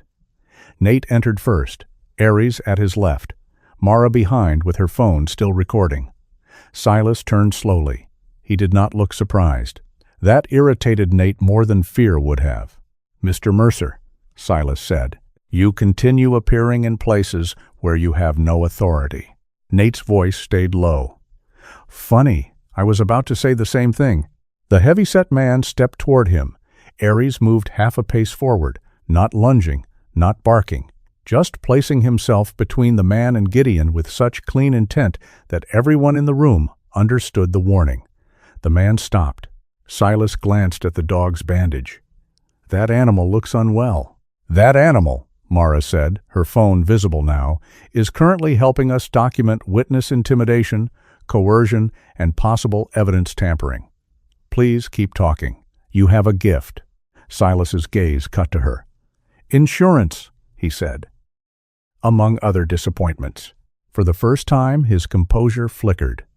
The younger man grabbed for Gideon's satchel. Gideon jerked back, stumbled, and hit the desk. Nate caught him before he fell. The heavy-set man shoved forward at the same time, and Aries placed himself in the gap, injured body rigid, amber eyes fixed upward. Nate could have dropped the man. Fast, clean. He saw the movement in his mind before his muscles took it. Wrist, elbow, throat, floor. Old training rose like a dark bird. Then Aries shifted weight onto the bad side and winced. That small pain saved Nate from himself. He did not strike. He stepped between them, one arm shielding Gideon, the other holding Aries back. "Enough," Nate said. The word filled the room differently than a shout would have. Silas tapped one gloved finger on the silver head of his cane. "This is trespassing." Mara held up her phone. "And this is uploading." The younger man swore and backed toward the hallway. In his haste, he shoved through a half-open service door beside the office, knocking over a rusted pipe wrench leaning against the wall. The wrench struck an old valve assembly. For 1 second, nothing happened. Then the pipe burst. A violent stream of blackish water shot across the service hall, slamming into the far wall and spraying through the office doorway. The smell hit immediately: metal, rot, chemical bitterness. Old mud dragged from the gut of the building. The floor turned slick. Gideon inhaled sharply. "That line feeds the old pressure tank." "Can it rupture?" Mara asked. It just did. Water spread fast, carrying black sediment across the concrete. The younger man slipped, scrambled up, and fled down the stairs. The heavy-set man followed, cursing. Silas backed away with controlled disgust, but even he moved faster when the water reached his polished shoes. Aries tried to pivot toward the doorway. His injured leg slid. The dog went down hard on his side. Nate's heart lurched. He dropped to him immediately. "Airs." The shepherd tried to rise, because of course he did, because pain was apparently just another order to ignore. "No." Nate's voice broke sharper than he wanted. "Stay down." Mara grabbed Gideon's satchel from the desk. "Nate, we need to move." Gideon stared through the spray toward a control panel on the service wall, half hidden behind hanging plastic strips. "The manual shut off?" he said. Nate looked at him. "Leave it. If that pressure tank goes, this whole section floods. You can barely stand." Gideon's eyes met his. For once, the old man did not look guilty. He looked useful. "I know this place." Before Nate could stop him, Gideon moved. Not fast, not gracefully. He braced one hand against the wall, boots sliding in the filthy water, and made his way toward the panel. Mara swore and went after him, trying to support him without dropping the satchel. Nate lifted Aries. The dog was heavy, warm, trembling. Nate felt the bandage damp beneath his hand, but not soaked with blood. Good. Still, the fear that moved through him was almost blinding. Not again. Not because of this. Gideon reached the control panel and tore away the brittle plastic cover. The labels were faded, but his hand moved by memory, not sight. "Blue lever," he muttered. "No, they changed the assembly. Damn fools." Water sprayed across his face. He coughed, wiped his eyes, and looked lower. There. He wrapped both hands around a red wheel valve. His body shook with the effort. Mara grabbed the wheel too. Together they turned it, inch by stubborn inch. The pipe screamed. The pressure thudded through the wall like some buried beast resenting its chain. Then the stream weakened. The roar became a hiss. The black water slowed, then stopped, leaving only dripping echoes and the smell of old corruption open to air. Nate stood with Aries in his arms, breathing hard.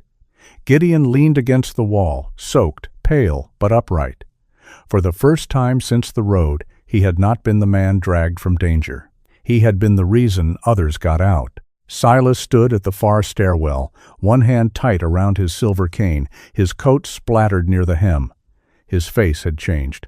Not fear, calculation. A man revising the board after one piece moved in a way he had not predicted. "This is far from over," he said. Gideon looked at him, water running from his white hair down the lines of his face. "No," the old man answered. "But it has finally started." Silas left without another word. Mara did not chase him. She was already sending files, fingers moving fast over her phone despite the cold. Nate carried Aries out through the storage hall, away from the spreading water, through the dead bottling floor, where old glass bottles stood in dusty rows like a congregation of empty throats. Outside, the snow was still bright, cruelly bright. Nate lowered Aries carefully onto a dry patch beneath the awning. The dog stayed standing only because Nate held him close. Mara stepped out last, Gideon's satchel under one arm, phone in her other hand. Her hair was wet at the edges, her parka splashed with black water, and her eyes were alive with furious clarity. She pressed send. "To Sheriff Carver?" Nate asked. Mara nodded. "What did you say?" She looked back at the dead plant, then at Gideon, who stood shivering in the doorway, one hand against the frame, no longer hiding from the ruin behind him. "I asked him," Mara said, "if he still wants to call this an accident." By the next evening, everyone in Sawtooth Valley had heard 3 different versions of the truth. In one version, Gideon Rusk had finally lost his mind and dragged half the town into an old grudge about water. In another, Silver Vein Retreats had been hiding something ugly beneath its clean brochures and polished smiles. In the third, the version people repeated in lower voices at gas pumps and diner booths, nobody knew what to believe anymore, and that frightened them most. The emergency town council meeting was supposed to be held at the municipal building, but the heating system had failed that morning with a groan and a smell like burned dust. So they moved it to St. Bridget, the old wooden church near the center of town, where the bell tower leaned a little east, and the pews remembered more confessions than any courthouse ever would. Snow fell lightly outside the stained glass windows. Inside, the church was full. Farmers sat beside mechanics. Waitresses sat with retirees. Veterans from Nate's recovery center stood near the back wall, arms folded, eyes quiet. A local reporter from the county paper leaned beside the aisle with a notebook ready. Sheriff Owen Carver stood near the front, hat in his hands, his face heavier than it had been at the impound yard. No one looked comfortable. That, Nate thought, was a good start. Comfort had helped bury too much already. He stood near the side aisle with Aries beside him. The German Shepherd wore his olive harness, his bandage changed and clean beneath it. Lillian Ford had allowed him to attend only after making Nate promise, in front of 2 witnesses and 1 deeply unimpressed dog, that Aries would not be asked to stand longer than necessary. Aries seemed to understand that the room mattered. He did not scan it like a battlefield tonight. He watched people instead, as if measuring the tremble beneath their words before any of them spoke. Gideon sat in the front pew, wrapped in an old tweed coat that hung loose on his narrow shoulders. He looked smaller in public than he had in danger. That surprised Nate. At the plant, with black water spraying and Silas's men closing in, Gideon had seemed almost carved from some stubborn winter root. Here, under the eyes of the town he had failed and tried to warn, he looked painfully human. Mara Ellison stood at a folding table near the pulpit, her camera, laptop, printed maps, and labeled folders arranged with almost surgical order. She had traded her parka for a charcoal blazer, but kept her field boots on, as if to remind the room that evidence did not always arrive polished. Audrey Bell sat 3 rows back, still wearing her teal blue kettle apron under a gray wool coat. She had closed the diner early for the meeting, which in Sawtooth Valley was roughly equal to declaring a state of emergency. Her hands rested on a small notebook in her lap. Tucked into the cover was a photograph of her late husband, though Nate only noticed it when she pressed her thumb over the corner. At exactly 7, Owen Carver stepped forward. "This is not a trial," he said. The room quieted, though not kindly. "It is not a sentencing. It is not a place for shouting accusations across pews." His eyes moved toward the far side of the church, where Silver Vein's representatives sat together in dark coats. "This is an emergency public meeting to determine whether the town council should suspend cooperation with the North Fork Resort development pending further investigation." A murmur passed through the room. Suspend was a soft word. Soft words, Nate had learned, sometimes had sharp edges if placed correctly. Owen continued. "Miss Ellison has submitted materials related to the crash involving Mr. Rusk, the old Silver Vein plant, and historic water sampling. She'll present them now." Mara rose. She did not begin with outrage. She began with a map. "This is the North Fork mineral system," she said, projecting the image onto a portable screen set beneath the church cross. "These blue lines show the clean summer flow most of you have seen in Silver Vein promotional materials." A few people shifted in the pews. Now this overlay shows late winter and early spring runoff patterns from the old mine tunnels. She clicked. Red lines appeared across the blue. Not everywhere, not always, but enough. Mara let the room look before she explained. "That seasonal difference matters. If water is sampled only in July, the system appears far safer than it does during melt season." A man near the back muttered, "She's not a scientist." "No?" Mara said without looking up. "That is why the original maps are signed by Gideon Rusk, former county hydrology consultant, and the flagged comparison notes were written by Thomas Mercer, Navy medical support attached to a disaster response unit that reviewed environmental health concerns." The muttering stopped. Nate felt the name move through the room. Thomas Mercer had been dead long enough to become harmless in most people's memories. Hearing his name attached to evidence gave him weight again, Mara went on. She showed photographs of Gideon's truck, the damaged wiring near the auxiliary line. The insurance adjustment made by a broker Gideon had never contacted. The traffic image of the white box truck outside Silver Vein's temporary office, the link between Dale Pritchard's rental contract and a subcontractor used by Silver Vein. Then she played a short section from the recording at the old plant. Silas's voice filled the church, smooth and controlled. The statement is simple. "You clarify that your concerns were based on outdated seasonal readings. People leaned forward. No civil action against you. No claim against Mr. Mercer. No report filed about his dog's involvement in a violent incident. A low wave of discomfort moved through the pews. Mara stopped the recording there. She did not smile. "Those are not conclusions," she said. "They are facts that require formal investigation." Then Silas Voss stood. He did not rise quickly. He rose like a man, allowing the room the privilege of noticing him. He wore a dark wool coat over a tailored suit, black gloves folded in one hand, silver cane in the other.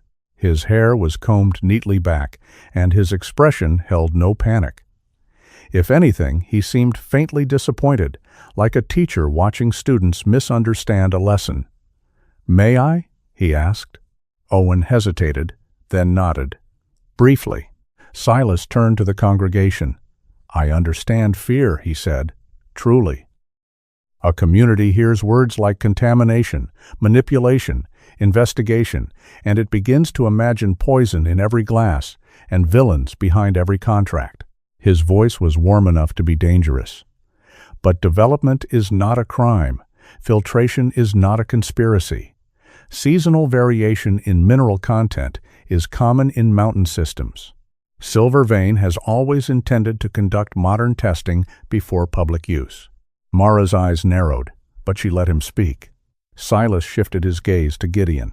"Mr. Rusk is an elderly man carrying old guilt. I do not say that cruelly. I say it with sympathy. He has admitted his own uncertainty, his own silence, his own fear." Gideon's fingers tightened around the head of his wooden cane. Silas looked toward Nate next. "And Mr. Mercer is a decorated veteran still grieving a father he believes was wronged. That grief deserves respect. It does not, however, make every document a revelation." Nate felt the old heat rise. Aries leaned against his leg. Not much, just enough. A warm weight, a reminder with fur and a bandage. Nate lowered his hand to the dog's head. Silas's gaze moved briefly to Aries. "As for the dog, I appreciate the animal's loyalty, but loyalty is not evidence." Something in Nate wanted to answer with teeth. Instead, he stepped forward. The church turned toward him. He had not planned to speak. Plans had a way of dying in rooms where the dead were named. "My father," Nate said, "was not a saint." The room went still. He forgot birthdays, burned pancakes, thought every problem could be solved with duct tape or a field manual. When I was 16, I told him he treated family like a mission. He said sometimes a mission was just love wearing boots. A faint, uneasy breath moved through the pews. Not laughter, not quite. Recognition. Nate looked at the projected map, then at Silas. "He didn't leave me money. He didn't leave me land. He left a watch that runs 3 minutes slow, and a habit of asking whether a clean report means clean truth." His thumb brushed the old watch on his wrist. "I don't know everything he knew. I don't know what he would have proved if he'd lived. But I know this. A false report can kill slower than a bullet, and still kill. And when enough people look away, looking away becomes part of the weapon." No one spoke. Nate stepped back. Aries remained beside him. Gideon stood next. The movement took effort.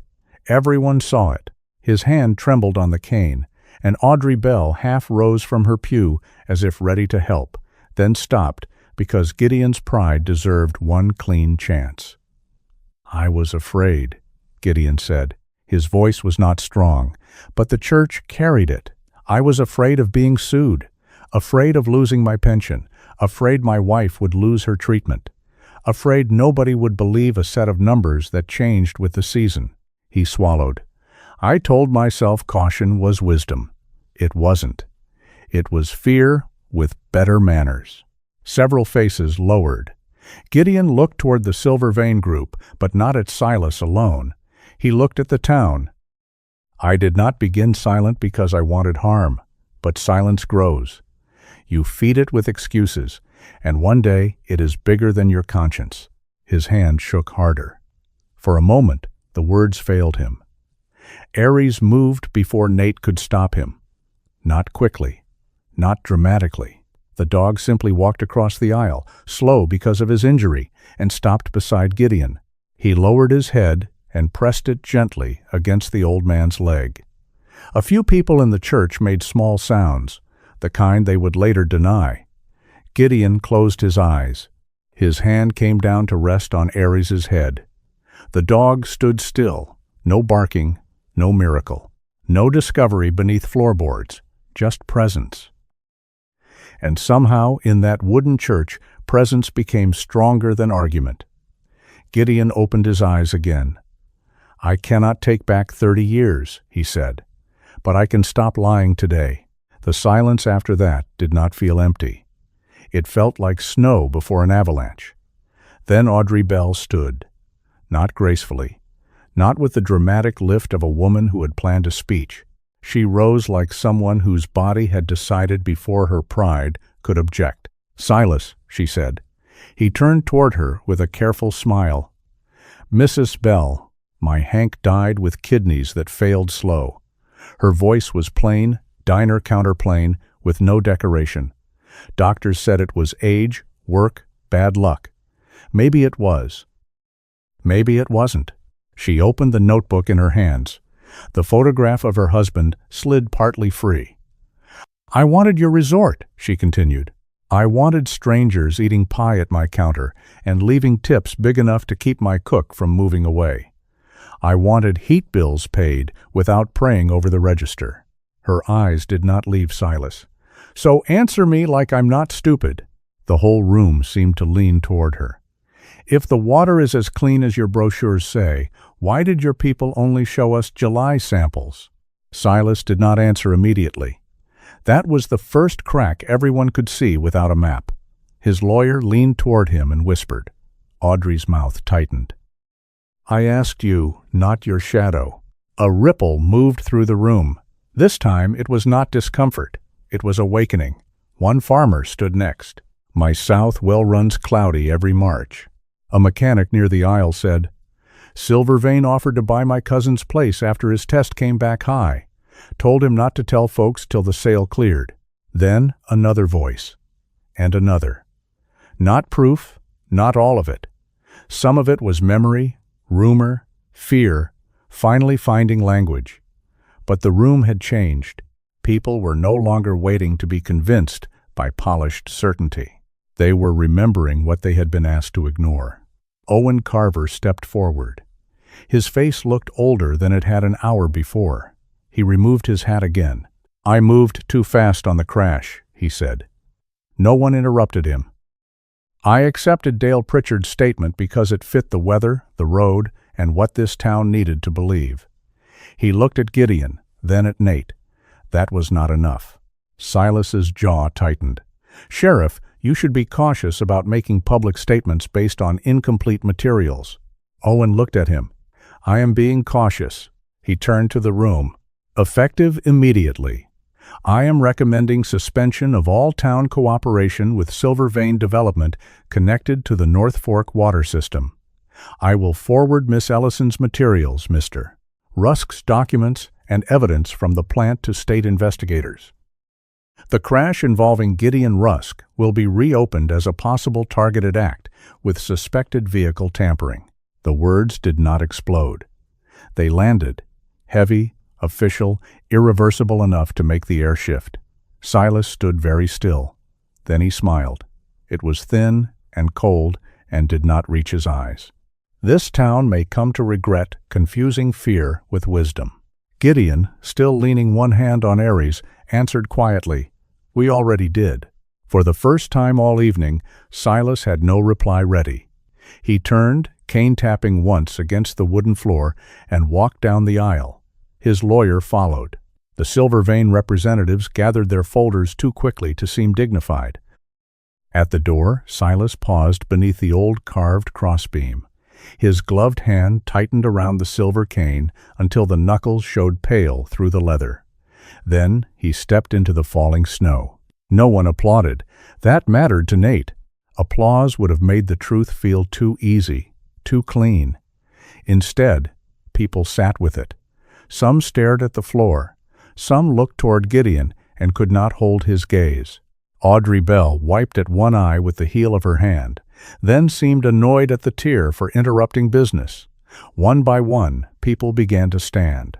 A farmer walked to Gideon and said, "I should have listened harder." Gideon nodded but did not absolve him. A woman from the post office touched Audrey's shoulder.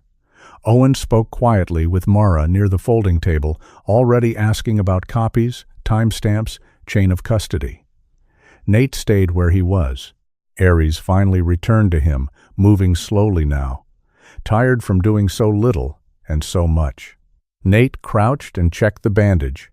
Clean, dry, still holding. "You did enough," he whispered. This time, Aries did not resist the words. Outside, snow continued to fall over St. Bridget, over the parked trucks, over the brochures still sitting in diner windows, over the roads that would have to carry hard conversations home. The snow did not erase anything. Not tonight. It only softened the edges while the town learned how to look. Spring did not arrive in Sawtooth Valley like a victory. It came slowly, limping over the mountains with wet boots and cold hands, melting the snow by inches. The white fields softened first along the fence lines. Then the ditches began to murmur. Ice loosened from the roofs and fell in sudden crashes that startled people even when they were expecting it. The valley did not heal all at once. Neither did anyone in it. Silver Vein's North Fork project was suspended indefinitely. That was the phrase printed in the county paper, repeated at the diner, and argued over in the aisles of the hardware store. Suspended indefinitely sounded both final and not final enough. It meant the machines would not arrive that spring. It meant the resort brochures came down from the windows. It meant investors stopped calling the town a hidden jewel and started calling their lawyers. Silas Voss was removed from his development role while the investigation expanded. The company called it an internal restructuring, which made Audrey Bell snort coffee through her nose when she read it aloud at the Blue Kettle. "Internal restructuring," she said, wiping her chin with a napkin. "That's rich people language for somebody finally found the raccoon in the pantry." No one laughed very loudly. They were still learning what was safe to laugh about. Dale Pritchard changed his statement 2 weeks after the meeting at St. Bridget. He admitted he had been paid through a subcontractor to force Gideon's truck off the road, though he insisted he had not meant to kill anyone. The lawyers would fight over intent for months, maybe years. State investigators took copies of Mara's files, Gideon's maps, Thomas Mercer's notes, and the recovered drive from North Fork Station. Engineers began testing water across the valley, not only in July, but in March, April, and every uncomfortable month people had once ignored. The truth, it turned out, did not make life simpler. Some neighbors thanked Gideon. Others crossed the street when they saw him.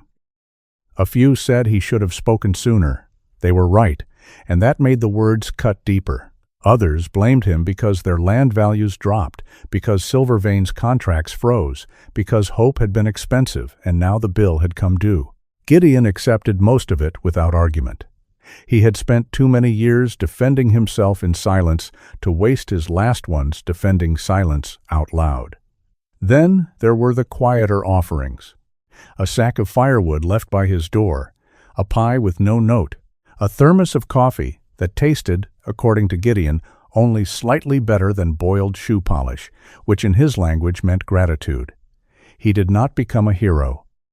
Sawtooth Valley was too honest, and perhaps too stubborn, to build statues that quickly. Gideon Rusk became instead what he should have been long ago, a witness, not polished, not forgiven by everyone, not clean of the past, but present. He moved into a small rental cabin near Nate Mercer's recovery center, close enough that Lillian could check on him without making it look like kindness, and close enough that Nate could pretend he was only stopping by because the porch step needed fixing. Gideon began holding evening talks twice a week in the center's back room. At first, only 4 people came, 1 retired rancher, 2 well owners, and Audrey Bell, who sat in the front row with a notebook and the suspicious face of a woman prepared to accuse water of perjury. Gideon brought maps, not speeches. Maps were safer. He understood rivers better than apologies. He showed them how meltwater moved through old rock, how a clean summer reading could be true and incomplete at the same time, how poison did not need to announce itself daily to still matter. His hands shook when he pointed, but his voice grew steadier each week. One night, after a woman asked whether her husband's illness might have been connected to the wells, Gideon did not pretend to know. "I can't give you certainty," he said. The woman looked disappointed. Gideon swallowed. "I can give you honesty. I should have started there." That was the first time Audrey reached across the aisle and patted his sleeve. Not forgiveness, not yet, but something had thawed. Nate watched these changes from the edges, which was where he usually preferred to stand. The recovery center itself had begun to change too. What had once been a place for physical therapy and veterans conditioning now smelled faintly of fresh lumber, dog shampoo, and sawdust. Marcus from the VFW helped repair the old kennel building behind the center. Lillian designed a modest canine therapy room with padded flooring and low platforms. Mara, claiming she was only in town to monitor unresolved liability concerns, somehow kept appearing with donated file cabinets, grant forms, and the kind of coffee Gideon did not insult quite as deeply. A sign went up near the side path before anyone held a formal meeting about it. North Fork Recovery Program for veterans and working dogs. The paint was uneven. Nate liked that. Perfect signs belong to perfect lies. This place had no interest in either.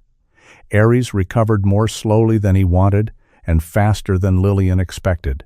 The wound on his right rear shoulder closed cleanly, leaving a thin, pale scar hidden beneath his black and gold coat, unless the light struck just right. He still favored the leg on cold mornings, though he denied it with impressive commitment. Lillian did not tolerate denial from dogs or men. "No long runs," she told Nate during one checkup. Aries stood on the exam mat, looking deeply betrayed. No steep climbs, no dramatic lunging, no self-appointed rescue missions involving fire, criminals, hydrology, or old men with questionable judgment. Gideon, seated in the corner, lifted one hand. "I object to being grouped with hydrology." "You are hydrology," Lillian said. Mara, leaning in the doorway, added, "and questionable judgment." Aries sighed. It was such a human sound that Nate almost laughed. Almost. That was happening more often now. Not happiness exactly. Happiness was too bright a word, too clean around the edges. What Nate felt was something quieter. Space opening where anger had lived. Air entering a room long sealed. The sense that his father's story had not ended in a report or a folded flag, but had flowed forward through other hands, damaged hands, cowardly hands, brave hands, until it reached him. For years, Nate had carried Thomas Mercer as an unanswered question. Why did you leave? What were you chasing? What did you know? Now the question had changed. Not why had his father died, but what had his father lived for? That difference altered everything. It did not erase grief. It gave grief a direction. One late afternoon, Nate found Gideon outside the recovery center, standing near the new water testing shed. The shed was small, ugly, and practical, which made Gideon fond of it immediately. A state environmental team had installed equipment inside, and Gideon had been invited, not officially in charge, but impossible to keep away. He held Thomas Mercer's field notebook in both hands. Nate stopped at the edge of the path. Aries, off-leash for the first time in weeks, stood beside him. The dog no longer rushed ahead automatically. He had learned, with great reluctance, that freedom did not have to mean duty. Gideon looked up. "I've been keeping this too long," he said. Nate did not move. The notebook was worn, its cover softened by age, the corners bent. Gideon had cleaned the mud from it as best he could, but time had left its fingerprints. A small strip of tape held the spine together. "You sure?" Nate asked. "No." Gideon's mouth twitched. "But I'm old enough to know certainty is overrated." He held it out. Nate took the notebook. For a moment, neither man let go. Between their hands lay decades. A flood in Alaska, a collapsed station, a set of water samples, fear, silence, a burning truck, a wounded dog, and a town that had finally been forced to ask what kind of future it wanted. Gideon's voice lowered. I wanted to protect what was left of him. That's what I told myself. Nate looked at the notebook. And now? Now I think I was protecting myself from what he asked me to become. The words were not dramatic. That made them truer. Nate opened the notebook halfway, then stopped. He was not ready to read it there, standing in the wet snow with Gideon watching and Aries nosing at a patch of thawed grass. Some inheritances needed privacy. Some needed a chair, bad coffee, and enough silence to hear the dead without turning them into saints. He closed it again. Thank you, he said. Gideon gave a small nod. Don't thank me too much. I still hit it. I know. That was the mercy of it. Neither man pretending otherwise. A truck pulled into the lot then, and Audrey Bell climbed out, carrying a cardboard box balanced against her hip. She wore her teal apron under a red coat and looked annoyed at the mud on her boots before she had even stepped into it. I brought muffins, she called. And before anyone says thank you, half of them are experiments and may qualify as structural materials.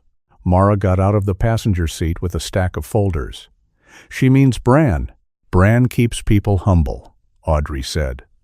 Lillian came from the kennel building, wiping her hands on a towel. If those are for the veterans, label the dangerous ones. They're all dangerous. Builds character. The four of them converged near the shed, bickering with the soft rhythm of people who had begun to belong to the same unfinished thing. Nate watched them and felt something in his chest ease. Family, he thought, did not always arrive in blood. Sometimes it arrived carrying muffins, legal folders, medical tape, and old maps. Sometimes it limped, sometimes it barked at nothing and judged your life choices. Aries wandered to Gideon and leaned briefly against his leg. The old man looked down. Don't start. I'm not sharing my muffin. Aries's tail moved once. Audrey pointed toward the diner window across the road, where a new sign hung beside the register. Nate had seen it earlier, but not asked.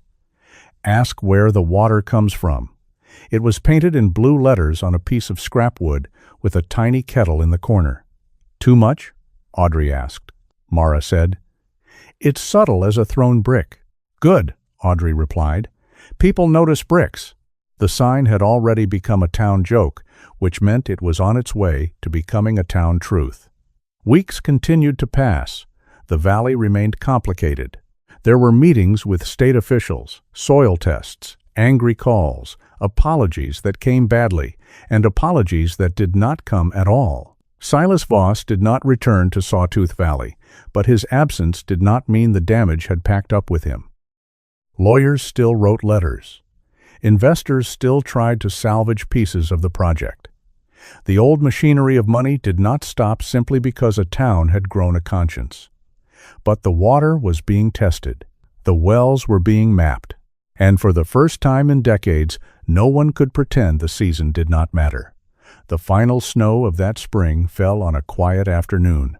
Nate, Gideon, and Aries walked to the North Fork stream where the ice had begun to thin along the edges. The air smelled of pine, wet earth, and cold stone. Sunlight moved across the water in broken gold. Beneath a fragile lid of ice, the current whispered over rock, not clean yet, not declared safe, not forgiven by a report, but moving. Gideon carried his measuring cane. Nate carried Thomas's notebook inside his jacket. Aries carried nothing at all. That was the miracle. The German shepherd walked ahead for a few yards, then stopped by the bank.